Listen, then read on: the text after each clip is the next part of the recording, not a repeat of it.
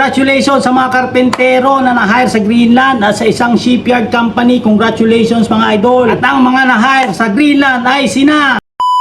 Sabay-sabay nating i-congratulate mga idol yung mga natanggap sa Work GL. Kung natatandaan nyo, nag-post ako ng hiring sa Work in GL. So ilang araw yata yon mga karpentero. Marami silang mga hiring mga idol. Tapos ngayon, nag-post na yung Work in GL. So nagkaroon na ng selection ng mga karpentero at ang mga natanggap ay sina Ryan Recta, Chris Mayola, Francisco Hinayon Jr. Congratulations sa inyo mga idol. Meron ding isa sa shipyard, si Mark Lawrence Medina. Idol, congratulations sa iyo. Reminders mga idol, hindi ako affiliated sa Work in GL o sa anumang hiring agency, hiring company. Ako ay nagbibigay lang ng suggestion, nag-share lang ng ideas, nag-share lang ng mga hiring ng mga companies. At yun nga, yung mga nabanggit ko na tao, congratulations sa inyo mga idol. Hindi ko alam kung hire kayo pagkatapos nyo makita yung post ko or na-hire na talaga kayo bago pa man. Pero anyway, maraming salamat at may mga Pinoy na naman na mapupunta sa ibang bansa.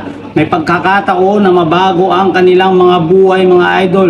So, kung hindi ka natanggap ngayon, anong ibig sabihin? Titigil ka na ba? Susuko ka na ba mga idol? Di ba hindi? Kung di ka man pinalad ngayon, malay mo balang araw, few days time, few weeks time, few months time, even a year mga idol, wag mong tigilan, wag mong sukuan. Bakit? Kasi kung may pangarap ka, tutuparin mo at tutuparin mo yan, no? Kung pangarap mo, pipilitin mong maabot mga idol. So once again, congratulations sa mga na-hire na mga Pinoy dito sa Work in GL papunta ng Greenland mga idol.